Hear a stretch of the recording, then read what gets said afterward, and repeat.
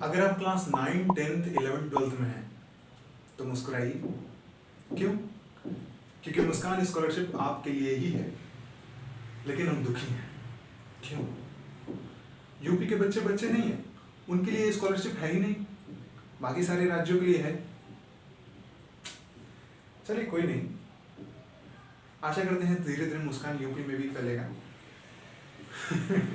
तो चलिए इसका क्राइटेरिया देख लेते हैं। सबसे पहले इसका ये बेनिफिट देखिए, आप इस स्कॉलरशिप में आपको 12,000 मिलेगा बेस्ड ऑन एक्चुअल एक्सपेंसेस। मतलब जैसा आप खर्च बताएंगे उसी हिसाब से आपको अप टू 12,000 मिल जाएगा। और मेंटरशिप सपोर्ट मिलेगा, इसमें आपको रोड सेफ्टी के बारे में वर्कशॉप कराया जाएगा, सेशन कराया जाएगा, और भी बहुत सारी चीज़ें होती हैं। एलिजिबिलिटी क्राइटेरिया देखें तो अगर आप क्लास 9 से 12th में हैं और भारत के इन राज्यों में आते हैं, आंध्र प्रदेश, अरुणाचल प्रदेश, असम, बिहार, छत्तीसगढ़, झारखंड, कर्नाटक, केरला, मणिपुर, मेघालय, मिजोरम, नागालैंड, ओडिशा, त्रिपुरा, पुडुचेरी, सिक्किम, तमिलनाडु, तेलंगाना, वेस्ट बंगाल, इन राज्यों में अगर आप आते हैं तब आप एलिजिबल हैं। अगर आपके माता पिता कॉमर्शियल ड्राइवर हैं, कॉमर्शियल ड्राइवर यानी कि जो पैसा कमाने के लिए गाड़ी चलाते हैं, एलएमवी और एचएमवी ड्राइवर्स, मतलब छोटे वाहन चालक या बड़े वाहन चालक, जैसे कार, टैक्सी हो गया, एलएमवी में आएगा, एचएमवी में ट्रक या बस ये आ जाएगा। चिल्ड्रन ऑफ मैकेनिक्स, अगर आपके पिता मैकेनिक हैं और अगर आप इकोनॉमिकली वीकर सेक्शन में आते हैं, मतलब ईडब्ल्यूएस के कैटेगरी में आते हैं, आर्थिक रूप से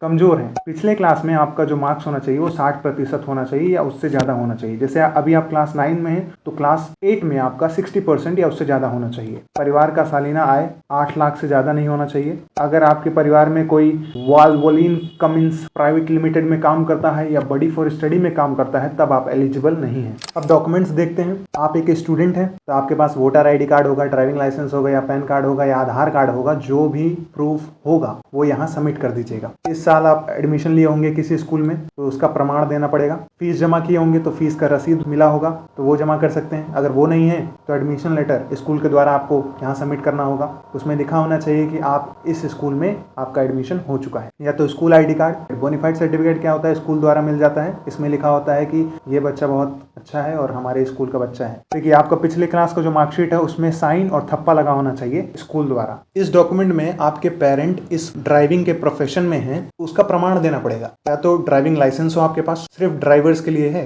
ध्यान रखिएगा। या तो श्रमिक कार्ड हो या कंफर्मेशन फ्रॉम द एम्प्लॉयर, यानी जिस कंपनी में काम करते हैं, जिस कंपनी के लिए गाड़ी चलाते हैं, उस कंपनी से आपको एक पत्र लेकर यहाँ सबमिट करना होगा, जो कि सिग्नेचर होना चाहिए और स्टैंप लगा होना चाहिए कि ये हमारे यहाँ काम करते हैं। Self declaration letter duly attested by the authority. Duly attested मतलब कि प्रमाणित होना चाहिए, स्टैंप लगा होना चाहिए, सिग्नेचर होना चाहिए। ये देखिए इसका हम लिंक लगा देंगे डिस्क्रिप्शन में कि आप इसको खुद भर सकते हैं, लेकिन सिग्नेचर और जो स्टैंप है वो कंपनी द्वारा लगेगा, कंपनी के मालिक द्वारा लगेगा। कोई एक डॉक्यूमेंट इन तीनों में से। आय प्रमाण पत्र जहां से भी आप इशू करा सकते हैं, जहां से भी आप ले सकते हैं वहां से आप निकलवा लीजिएगा। चाहे ग्राम पंचायत, वार्ड पार्षद या सरपंच द्वारा मिल जाएगा आपको, एसडीएम, डीएम, सीओ, तहसीलदार द्वारा मिल जाएगा आपको। आपके पास वो भी नहीं है तो जो सैलरी का जो पर्ची है, पिछले 3 महीने का पर्ची आप यहाँ जमा कर सकते हैं।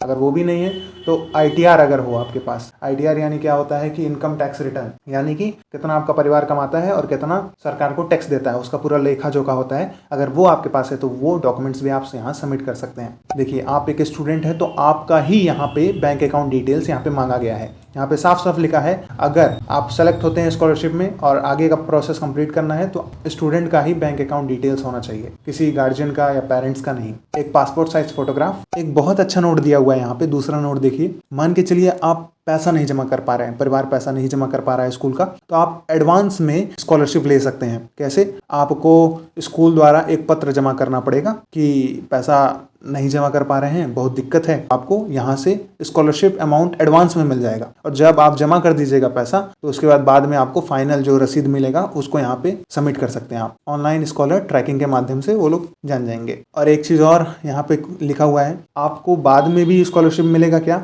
9 में आपको स्कॉलरशिप मिला, ठीक है, 10 में क्या मिलेगा क्या? हाँ मिलेगा। आपको बताना पड़ेगा बड़ी फॉर स्टडी को कि हम कंटिन्यू कर रहे हैं इस स्कूल में अपना कोर्स, या मतलब अपना जो सब्जेक्ट है वो कंटिन्यू कर रहे हैं, क्लास 9 से 10th में प्रमोट हो चुके हैं। आपका 60% आना चाहिए और 60 से ऊपर आना चाहिए, वही क्राइटेरिया है। जो आपका खर्च होगा वो आपको फिर से जमा करना पड़ेगा, तो आपको वापस से ये स्कॉलरशिप आपका कंटिन्यू हो जाएगा। कोई भी दिक्कत आता है अगर आपको, तो आप डायरेक्टली हमसे जुड़ सकते हैं। व्हाट्सएप कम्युनिटी का लिंक दे दे रहे हैं डिस्क्रिप्शन में। बच्चों के पास क्या होता है ना, उन लोगों को पहले तो पता नहीं होता है, दूसरी बात जब पता होता है तो डॉक्यूमेंट्स नहीं होता है। अगर आपको पता चल गया है, अगर आप बड़े भी हैं तो अपने छोटे वाले को बताइएगा, अगर आपको पता चला है तो आप डॉक्यूमेंट्स बनवा लीजिएगा, अगर नहीं है कोई भी डॉक्यूमेंट्स।